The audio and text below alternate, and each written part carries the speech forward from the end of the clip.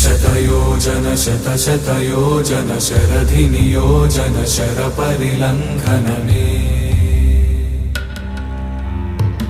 హరిభాజన హరిభాజన హరిమద భాజన దశముఖ కంపణ